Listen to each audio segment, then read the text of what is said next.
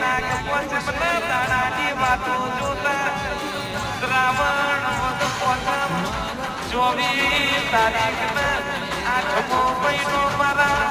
ભોગાની નાગ પંચમનો દાડો આવ્યો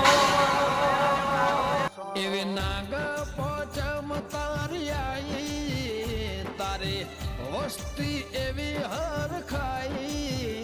મારા ગોગાની ઘડી આઈ રે આજ ઓંગલે વાળા ઘડી તારી આઈ